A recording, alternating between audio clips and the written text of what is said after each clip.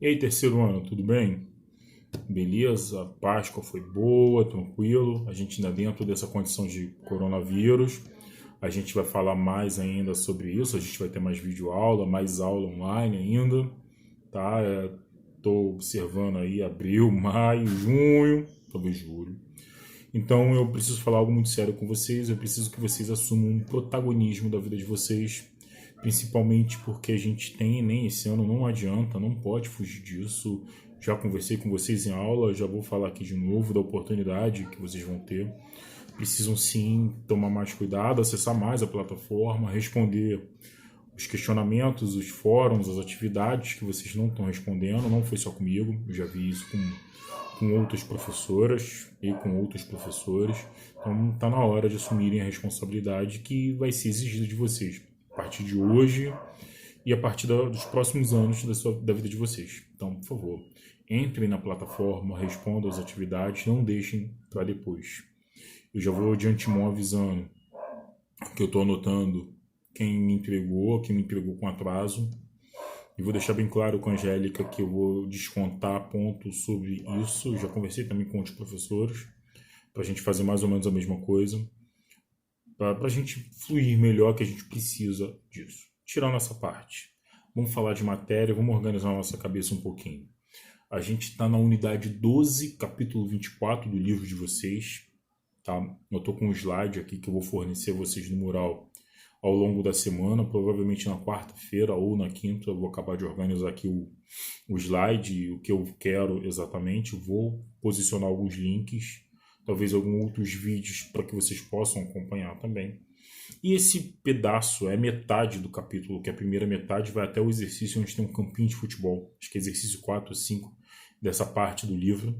A segunda parte fala sobre globalização das atividades ilegais. A gente ainda está dentro do contexto de geopolítica. Vou dar uma relembrada e uma definição aqui. O que serve geopolítica? Primeiramente, identificar a disputa de poder, seja ela cultural, política ou econômica. A gente está vivendo isso agora, essa efervescência, essa disputa política. Bolsonaro, esquerda, Malafaia, Magno Malta, ciência, não ciência. Isso é disputa, isso é uma geopolítica. Entender como se dá essa disputa.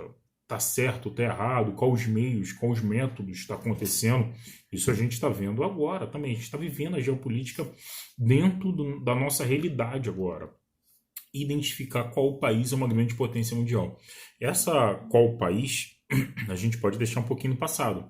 Porque a gente hoje pode falar de organizações que possuem um grande poder político econômico mundial, sejam elas legais ou não. A gente pode falar da Igreja Universal, ela detém um grande poder político. Eu posso falar dos evangélicos que ajudaram a eleger o Bolsonaro ou não.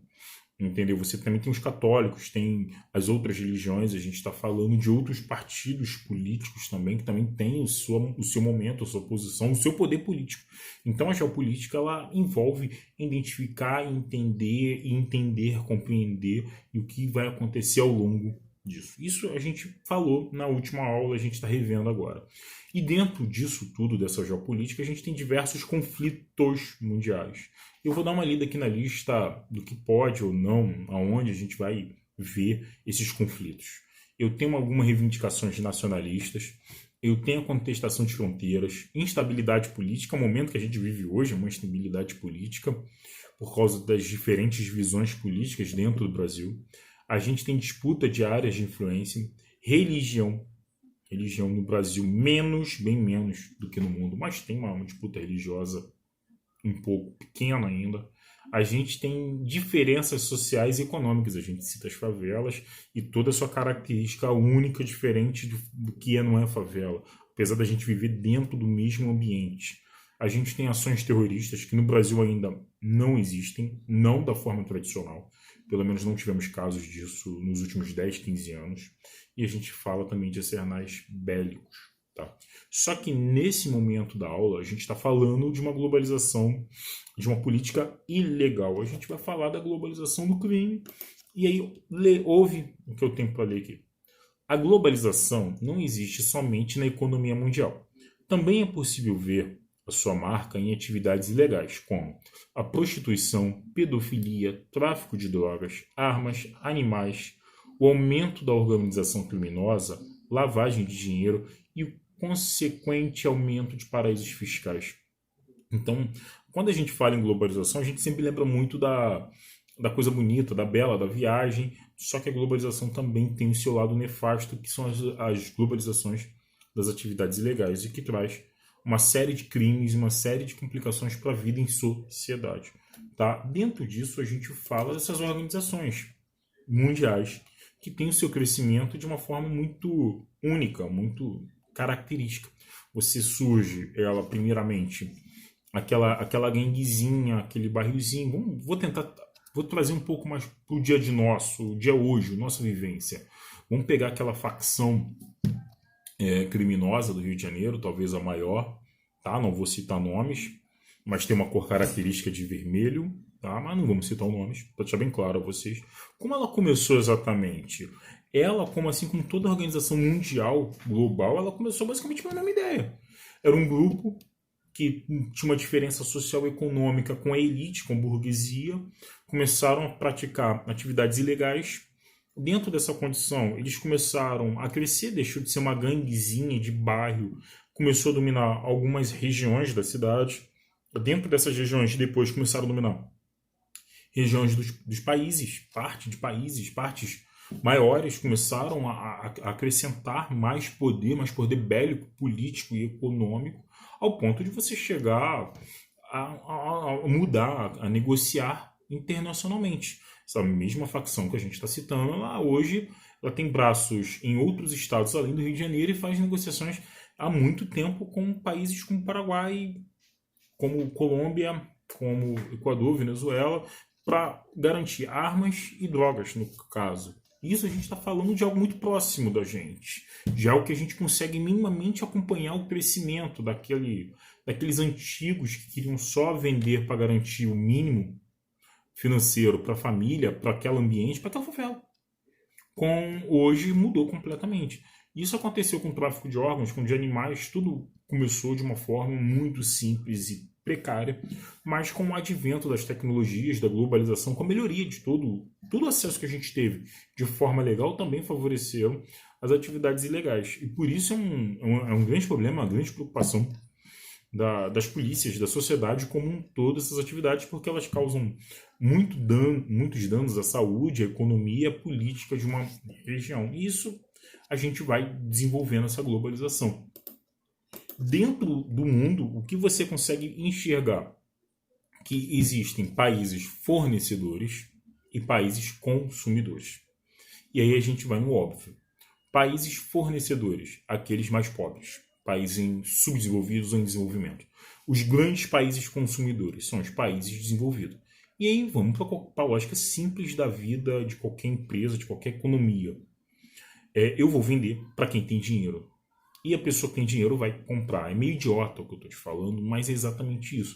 Os grandes países, os grandes atores internacionais da globalização, os mesmos que a gente bate palma, porque tem os melhores filmes, os melhores economias, os melhores cinemas, os melhores... Tudo que eles têm de melhores também tem a maior capacidade financeira em comprar esses produtos ilegais e em consumir. Então, o maior produtor de drogas, um dos maiores consumidores de drogas, sim, são os Estados Unidos e os países da Europa.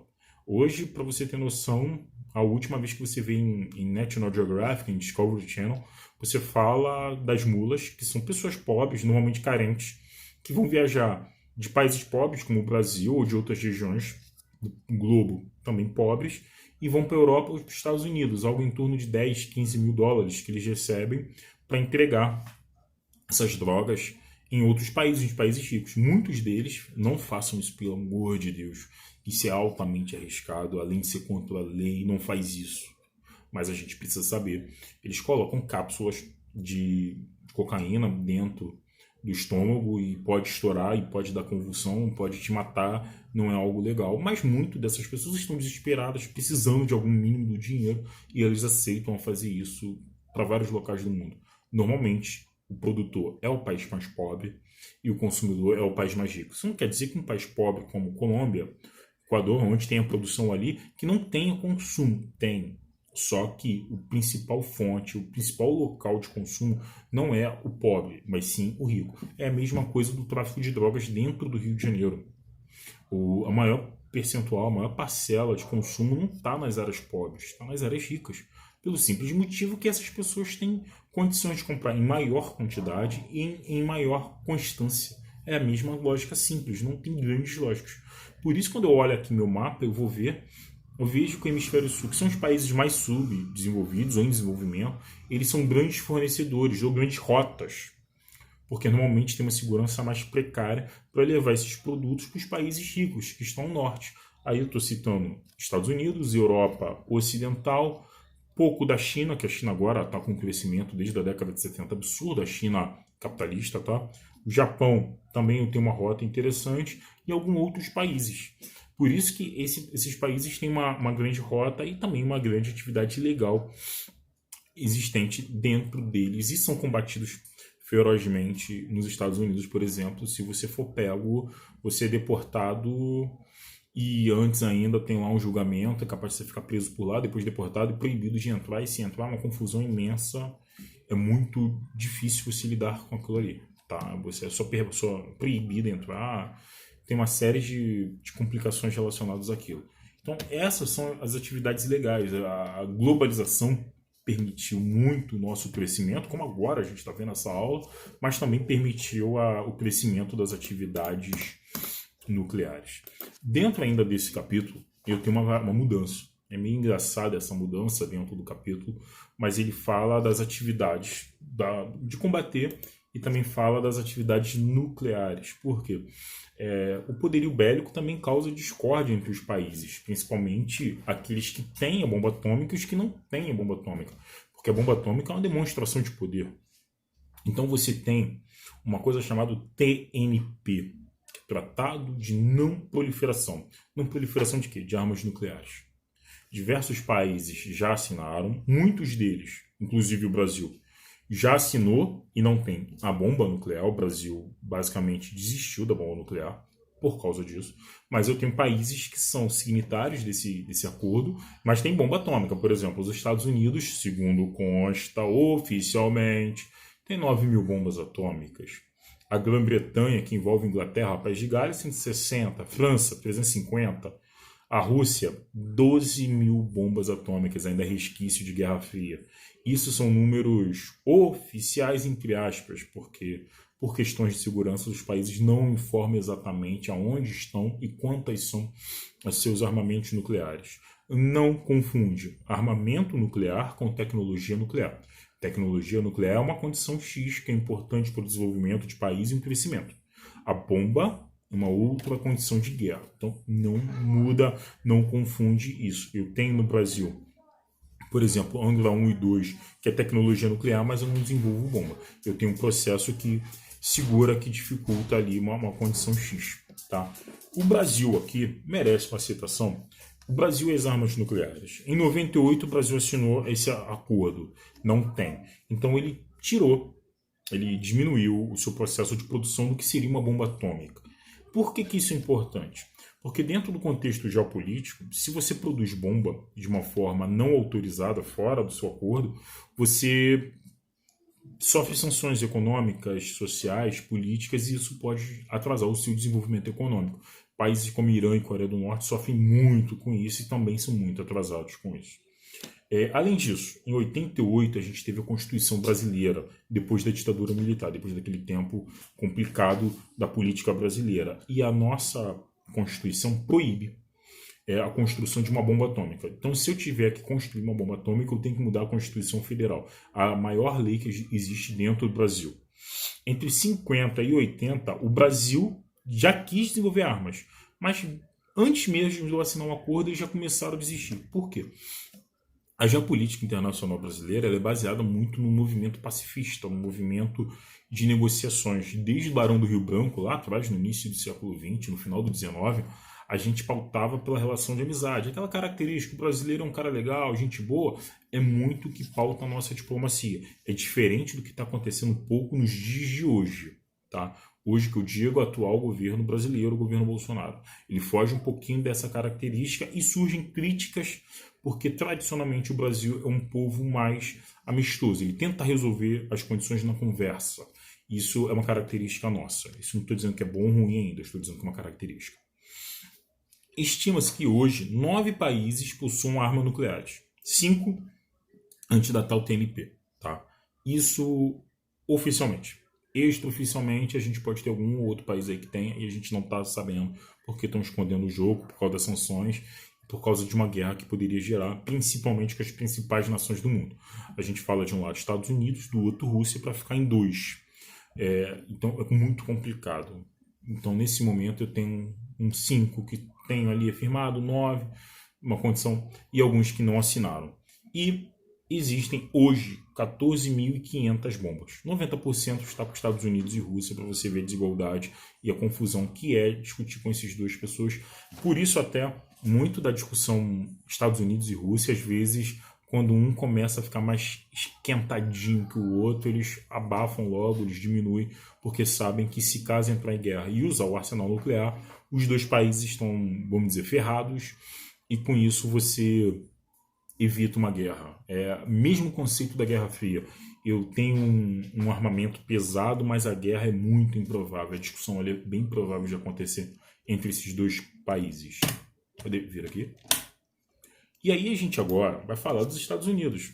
Porque dentro desse mundo, e dentro do capítulo também, os Estados Unidos é a maior potência mundial e como ela exerce essa potencialidade toda. E você não percebe. De tudo mais legal é isso, é que você não percebe, porque você está tão acostumado, e a gente é tão quintal dos Estados Unidos que a gente normalizou e a gente não percebe. Eu vou ler 2 informações aqui sobre os Estados Unidos para começar. É a primeira economia mundial em 2016, tá? Com um PIB de 18 trilhões. Gente, 18 trilhões, eu não tenho noção nem de dizer o que é 18 trilhões, tá? É a maior potência bélica mundial. O seu gasto militar por ano tem a ver algo em torno de 610 bilhões de dólares. Esse é o orçamento militar em 2016.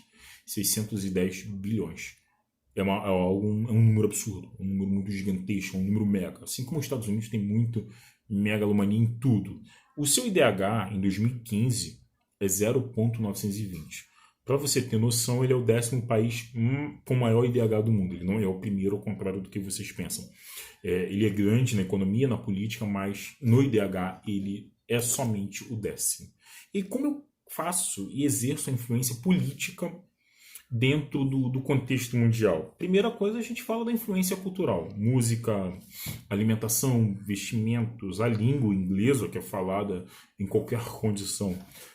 Aquela coisa simples da melhor música ser americana, dos melhores filmes, dos melhores efeitos especiais.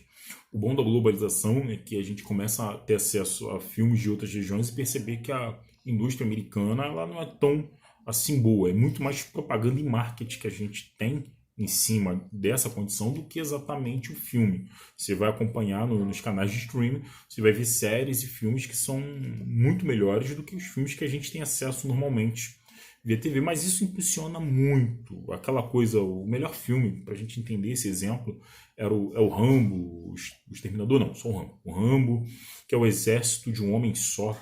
Esse filme característico de Exército de um Homem Só é aquele astro de ação da década de 80, 90 que vai salvar o mundo diante de todo um exército inimigo, que normalmente é um russo, um asiático, um coreano, que ele salva. Aquilo ali é uma forma de impor a moral dos Estados Unidos perante o mundo, e as pessoas durante muitos anos compraram essa ideia e compram até hoje a ideia que os Estados Unidos é a melhor nação do mundo, é a maior nação do mundo, porque eles têm tudo isso e influencia muito a nossa vida, tá? A segunda forma é a economia. A gente tem visto agora a ideia do coronavírus e as acusações, não só por parte do Ministério da Saúde nosso, do atual e ainda, Luiz Henrique Mandetta, nosso ministro da Saúde, que acusou os Estados Unidos de ter comprado uma carga de produtos de EPI, de respiradores nossos, segurou em Miami e ficou. Veio da China, parou em Miami, eles travaram. Mas como eles travaram? Compraram. Tá? O poderio econômico é muito absurdo. Isso estou falando do Brasil, ministro da Saúde, mas a Alemanha também acusou, a França também acusou de ter Estados Unidos ter comprado produtos e furado e atravessado a compra feita por esses países. A gente está falando da Alemanha, uma das grandes potências mundiais, da França, uma das grandes potências mundiais. Essa acusação não é uma acusação qualquer.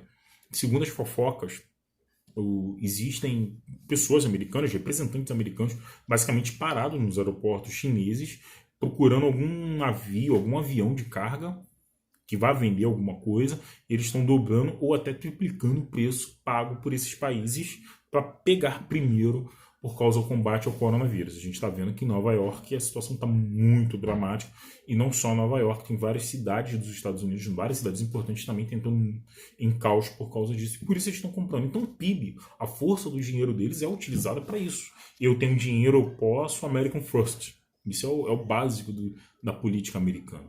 E eu tenho a capacidade militar. A última informação que eu já tive, já tem pelo menos uns 3 anos, é que os Estados Unidos tinham 10 a 15 mega porta-aviões. A França acho que tinha que seria a que tinha o tal mega porta-avião. Então, assim, é muito absurdo o poderio bélico americano dentro dessa condição. E aí a gente ainda tem mais um pouquinho de causas que eu vou só ler aqui, porque é constante. A queda do mundo bipolar tornou os Estados Unidos mais importante do que ele já era dentro daquele contexto. A difusão de valores tidos como absolutos, livre mercado e democracia liberal, que está ruindo agora por causa do coronavírus. Mas isso deixou os Estados Unidos durante muitos anos, pelo menos os últimos 20 anos, em uma situação muito legal. A influência das empresas norte-americanas, a Nike, a Adidas, o Hollywood, tudo aquilo influencia a Pepsi, a Coca, o costume, o uso, tudo aquilo você envolve também. A abertura comercial apenas para aliados. Por exemplo, tem um embargo financeiro, social e econômico de Cuba até os dias de hoje. O embargo foi feito pelo contexto de Guerra Fria. A Guerra Fria acaba em 91 e a gente tem um embargo de Cuba até hoje. E os mesmos estão sendo elogiados porque dentro da crise do coronavírus você tem uma condição deles estarem ajudando e os Estados Unidos não. Criou um paradoxo interessante. Os Estados Unidos estão sendo acusados de ser mau caráter, enquanto Cuba, aquela ilhazinha, aquela ilhota lá, está ajudando muito, está muito legal, ajudando muito países da Europa. Tá? Eu tenho a desarticulação da União Europeia como força militar. A União Europeia está investindo menos por causa das crises que estão acontecendo dentro da própria União Europeia, então está investindo menos no poderio militar. E eu ainda tenho a capacidade de articular recursos para levar a cabo diversas intervenções militares. Resumo. Eu tenho, nesse momento, diversas intervenções militares em diversas partes do globo relacionadas aos Estados Unidos. Direto ou indiretamente, os Estados Unidos está envolvido em vários conflitos. O mais famoso é o Afeganistão e o Iraque, para ficar nos dois ali, que mesmo tendo acabado oficialmente a guerra, eles ainda estão ali envolvidos em conflitos, em tentar apaziguar aquela condição toda ali para ficar em duas condições. Ainda tem o terceiro, o Japão. Os Estados Unidos, até os dias de hoje, faz a segurança do Japão, porque no Japão, ainda resquício da Segunda Guerra Mundial, não pode ter um exército grandioso. O exército é muito pequeno dentro do território japonês. Então, dentro dessa condição toda, eu tenho as causas que trazem os Estados Unidos a serem o maior país do mundo. Mas mesmo ainda dentro disso, de toda essa condição que eu acabei de citar e falar sobre a hegemonia americana, eu ainda tenho algumas coisas meio complicadas que atrasam, ou que travam, ou que dificultam essa hegemonia. Eu vou dar uma lida aqui para vocês. Eu tenho muito gasto financeiro, muito gasto de imposto, que reclamam sobre isso. Eu poderia estar investindo nesse poderio bélico, numa melhor qualidade de vida, no melhor desenvolvimento da sociedade americana como um todo. Isso é uma crítica dentro dos Estados Unidos, principalmente do Partido Democrata, que é o partido mais à esquerda. Gente, quando eu falo partido mais à esquerda, dos democratas, eles não são comunistas, eles não chegam nem perto disso. Eles não são nem esquerda. Na verdade, eles são no máximo a centro-direita. Era só observar os dois períodos do Barack Obama, Barack 1 e Barack 2, você vai ver que eles são capitalistas e o Barack Obama entrou em muito conflito e muita guerra ainda dentro disso. Ele não é esquerda, ele é centro-direita no máximo. O Trump, hoje, que é o Donald Trump, que é do Partido Republicano, seria o direita. No máximo isso e direita clássica. Aquele americano clássico daquele jeito mesmo. Tá? Eu tenho o problema das baixas no Vietnã, que foram muito complicadas. Os Estados Unidos não conseguem resolver o conflito no Vietnã e as baixas que acontecem até os dias de hoje. Isso são críticas ferrenhas que o próprio povo americano faz. A cooperação com aliados ajuda a combater um pouquinho disso, porque divide os custos. Por que é interessante para os Estados Unidos hoje e o Brasil na Venezuela? Porque vamos dividir custo, vamos diminuir, vai facilitar. Então, existem alguns acordos ali que ajudam bastante. E tem alianças com aliados, principalmente ainda o resquício da Guerra Fria, a OTAN, que ajuda também a diminuir custos. Lembra, a gente é o auge do capitalismo, é o auge do lucrar. De alguma forma eu tenho que lucrar ou reduzir custos. Os Estados Unidos, com essas alianças, conseguem diminuir um pouco dos seus custos. É que eu estou fechando aqui esse pedaço. Acho que eu consigo fechar o capítulo 24 de vocês fazendo toda essa explicação, essa aulinha longa aqui de já tem 25 minutos, tá? E consegue dar uma clareada no que é os Estados Unidos, o que foi as atividades ilegais. Essa aula vai estar sendo postada lá pela Angélica no YouTube, assistam, vão assistir, claro, eu espero. E eu vou colocar mais links, eu vou botar mais 2 vídeos sobre isso, alguma coisa que fale sobre tudo que a gente está falando agora, algumas informações a mais. Leiam, percam tempo vendo o vídeo, porque sim é importante, sim é conteúdo de Enem, sim vai ser conteúdo das nossas próximas avaliações. Tá? Eu fico por aqui, ó. Um beijo a vocês e até logo.